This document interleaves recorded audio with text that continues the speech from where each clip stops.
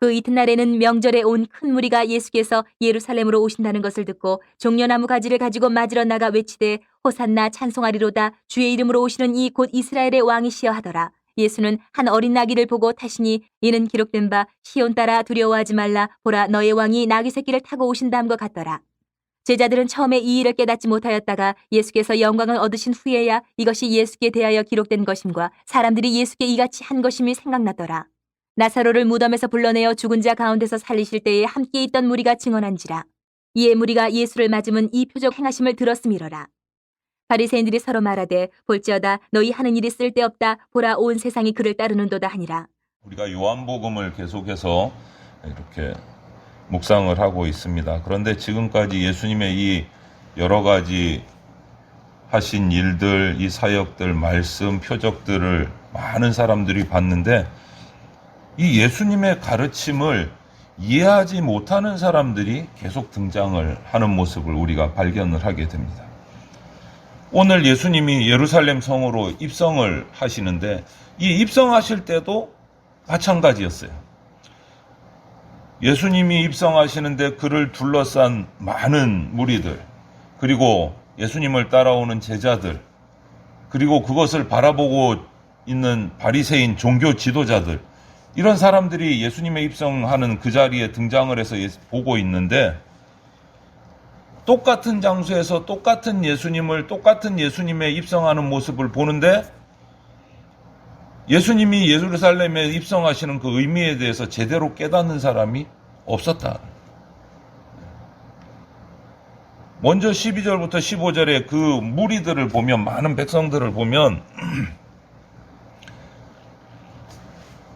요한복음이 설명하는 예루살렘의 입성 과정이 공간복음하고 약간 차이는 있는데 예수님이 예루살렘으로 오신다라는 소문이 쫙 퍼졌어요. 6월절을 맞아서 오신다는 소문이 퍼지니까 예루살렘에 6월절을 맞아 온 많은 백성들이 종려나무 가지를 가지고 입성하는 예수님을 맞으러 나가서 호산나 외치면서 이스라엘의 왕이여 이렇게 외칩니다. 12절 13절을 보면 이스라엘의 왕이여. 이 장면을 우리가 보면 그 전에 오병이어 사건을 이적을 딱 본 무리들이 예수님을 붙들어다가 임금으로 삼으려 했던 거하고 별반 다르지 않는 모습이에요. 예수님은 어린 나귀를 보시고 그 위에 올라타세요. 이것은 스가랴 선지자의 예언이 성취되는 거예요. 스가랴서 9장 9절에 보면 예수님이 어린 나귀를 타고 오실 것이라는 말이 예언되어 있는데 그대로 성취가 되는 거예요. 이 말은 어린 나귀를 타고 예루살렘에 들어오시는 이 예수님의 모습은 예수님 자신이 정치적인 왕도 아니고 군사적으로 군림하는 왕도 아니다라는 것을 보여주시는 상징적인 모습이에요. 하지만 사람들은 이거를 이해 못하고 뭐라고 외칩니까? 이스라엘의 왕이요. 왕으로 삼으려고 해요. 많은 무리들이. 드디어 예루살렘으로 들어오시는구나. 왕이대로 들어오시는구나. 로마에서 우리를 해방시키려 오시는구나. 이런 모습으로 잘못 이해하고 받아들이고 있는 거예요. 이스라엘의 왕이여라고 외치면서 종려나무를 흔들어요. 모든 방법을 동원해서 지금까지 말씀으로, 표적으로, 행동으로 계속 하나님 나라의 진리를 이야기해 주시고 메시아이심을 얘기해 주시고 했음에도 불구하고 예수님을 제대로 모르는 거예요. 이 사람들이 이해를 못하고 있는 거예요. 그럼 이 백성들만 그러느냐? 그렇지도 않아요. 16절부터 18절을 보면 지금 공생의 3년 동안 예수님을 딱 붙어서 같이 먹고 같이 자고 같이 살아왔던 제자들의 모습은 그럼 어떠느냐? 안타깝게도 제자들마저도 예수님이 어린 나귀를 타고 예루살렘에 들어오시는 의미를 깨닫지를 못하고 있어요. 그들은 언제 깨달았느냐? 오늘 말씀을 보면 16절에 제자들은 처음에 이 일을 깨닫지 못하였다가 예수님께서 영광을 얻으신 후에야 이게 예수님에 관한 기록이요. 그때서야 뒤늦게, 지금은 아니라는 거예요. 지금 깨닫지 못했어요. 예수님이 지금 어린 나귀 타고 들어가시는데 그 뒤를 따라오면서도 모르는 거예요. 영광을 얻으신 후에야 깨달았다. 이 말은 십자가에 달려서 죽으시고 부활하신 후에야 그때 나귀를 타고 들어가신 이유가 이거였구나. 그때서야 깨달았다. 아직 지금 이 자리에서는 전혀 모르는 거예요. 수많은 무리들이 이스라엘의 왕이여 종려나무를 흔들 때 똑같이 그 열광적인 분위기에 휩쓸려서 자기들도 겉옷을 깔고 종려나무를 흔들고 똑같이 행동했어요. 똑같이 이해를 못한 거예요. 예수님이 왜 예루살렘에 오셨는지를 모르는 거예요. 그 중에 이유가 뭐냐? 오늘 본문을 보니까 죽은 나사로를 다시 살리셨다라고 막 그 사이에서 증언하는 사람들 때문에 사람들이 흥분을 했어요. 그리고 그 말을 듣고 예수님이 진짜 우리를 구원할 메시아로 왔구나. 로마에서 해방시킬 메시아로 왔구나. 왕으로 왔구나. 죽은 사람도 살리는 그분이 그런 능력을 가진 예수님이 로마 군대 정도는 아무 문제 없이 물리치고 우리나라를 회복시켜 주실 것이다. 그럼 왕이 돼야 된다. 완전히 엉뚱한 곳으로 지금 생각하고 예수님을 반기고 있는 거예요. 열렬히 맞이한 거예요. 드디어 우리나라가 유대가 해방되는구나, 로마로부터. 제자들도 그 분위기에 취해서 그 무리들과 똑같이 예수님이 왜 어린 나귀를 타셨는지는 깨닫지도 못하고 있었던 거예요. 오늘 말씀이 그래요.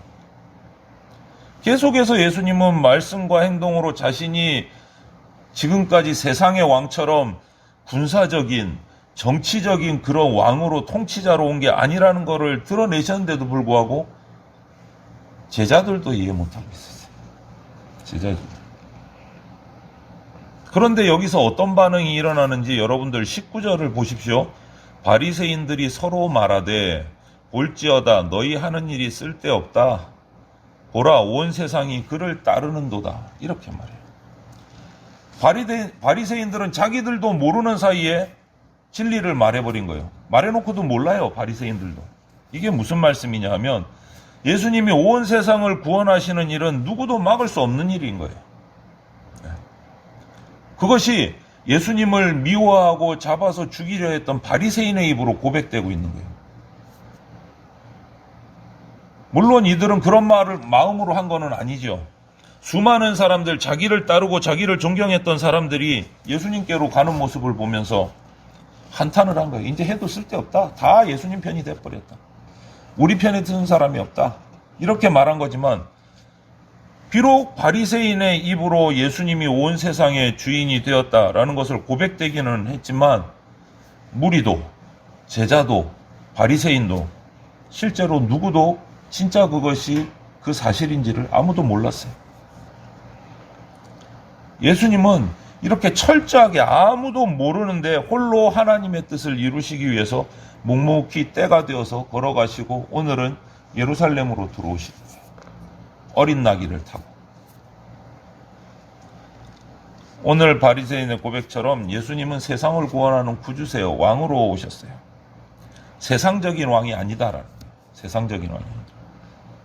나사로가 다시 살아난 표적에서도 볼 수 있듯이 죽음, 우리 인간에게 죽음이라는 인간 최대의 대적의 세력을 물리치시고 오신 거예요. 죽음.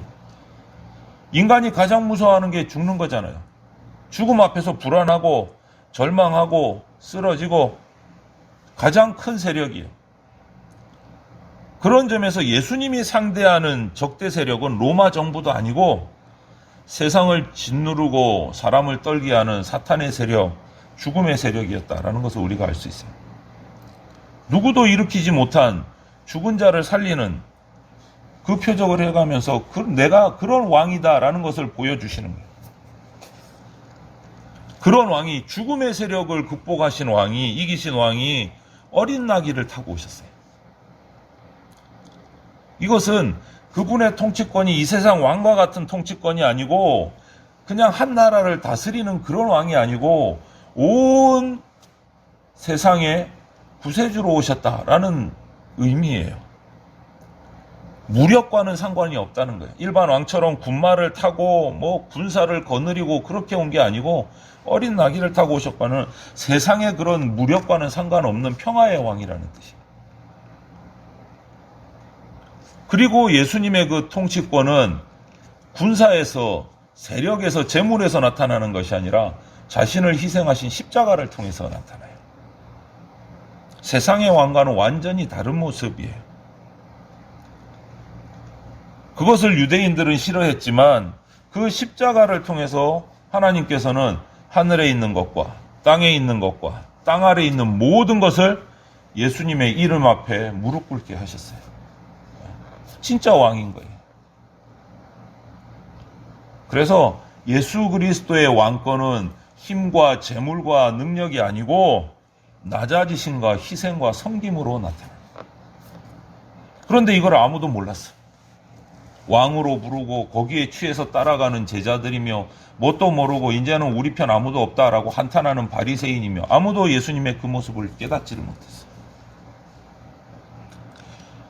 여러분, 이런 구원의 역사는, 이런 십자가의 희생과 사랑은 세상 지혜로는 정말 미련한 거예요. 그런데 하나님의 영이신 성령을 통해서만 제대로 깨닫게 되는 거예요. 그래서 예수님이 가신 후에야, 돌아가셨다 부활하셔서 구름 타고 승천하신 후에 성령님이 오신 후에야 제자들도 이게 이거였구나 그때서야 깨달았다. 성령이 가르쳐 주시니까 안 거예요. 옆에서 봐놓고도 모르고 있다가. 그래서 여러분, 예수 그리스도가 가신 길을, 또 예수 그리스도의 말씀을 알 수 있는 방법은 딱 하나예요. 진리의 성령님이 깨닫게 해주셔야 우리가 알 수 있어요. 진리의 성령님이 우리를 붙들어 주셔야 예수 그리스도의 길을 따라갈 수가 있어요. 오늘 보세요. 아무도 모르잖아요. 많은 사람들, 그 많은 말씀과 표적을 본 백성들도 모르고 3년을 바짝 따라다니면서 예수님의 일거수일투족을 같이 했던 제자들도 모르고 예수님을 잡으려고 예수님을 바짝 조사했던 그 바리새인 똑똑한 사람들도 모르고 아무도 몰라요. 왜 그렇습니까? 성령의 역사하심이 있어야 예수님이 온 세상을 구원하러 오신 어린 양 구원주라는 것을 알 수 있게 되는 거예요. 그런데 이런 모습이 오늘날 우리 성도들 가운데도 있다는 것이 안타까워요. 아직도 예수님이 내가 기도하면 세속적인 복을 채워주시는 그분으로만 기대하는 성도들이 너무 많다라는 거예요. 내가 기도하면 뭐든지 주시는 분, 내 필요를 채워주시는 분. 커피 자판기도 아니고. 우리 이런 모습이 바리새인하고 뭐가 달라요? 깨닫지 못하는 제자들하고 뭐가 다릅니까? 왕으로 억지로 세우려는 이스라엘의 백성들하고 뭐가 달라요? 똑같은 거예요. 그런 모습이 우리 가운데 있습니다. 심지어는 교회를 바르게 가르쳐야 되는 교회의 지도자들도 이런 모습을 보는 거예요. 안타까운 것은, 더 안타까운 것은 교회를 비판하고 조롱하는 세력들로 인해서 바리새인이 교회를 비난하고 무너뜨리는 것처럼 교회를 반대하고 비판하는 사회의 세상 사람들이 오히려 교회를 바르게 가르치는 말을 하는, 뼈있는 말을 하는 그런 모습이 우리는 더 비참한 거예요. 교회가 정신 못 차리고 있으니까 교회 밖에 있는 세상 사람들이 교회는 그러면 안 되잖아 라고 가르치는 거예요. 얼마나 창피하고 부끄러운 일이에요. 혹시라도 이런 모습이 우리 대전장로교회에 있는지 살펴야 돼요.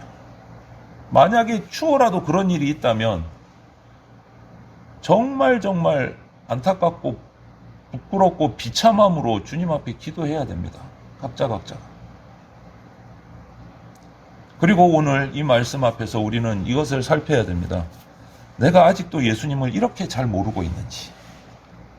무리처럼, 제자들처럼, 바리새인들처럼 아직도 예수님을 내가 제대로 알지 못하고 제대로 이해하지 못하고 오해하고 커피 자판기처럼 내가 기도하면 내 필요를 채워주시는 정도의 심부름꾼으로밖에 보고 있지는 않은지 우리 살펴야 돼요. 그리고 진리를 제대로 알고 아는 것에서 멈추지 않고 제대로 믿고 제대로 주님의 제자로 살아갈 수 있게 되도록 우리가 점검하고 철저하게 주님 앞에 엎드려야 됩니다. 오늘 이 말씀 앞에서 내 삶을, 내 믿음을, 내 신앙을 다시 한번 살피면서 주님 옆에서 들어놓고도 모르는 이 어리석은 자와 같은 모습이 나에게 있지 않은지 살피고 말씀 앞에서 다시 한 번 더 나를 점검하고 바르게 세워가는 그러한 우리들이 되기를 주님의 이름으로 축원을 드립니다.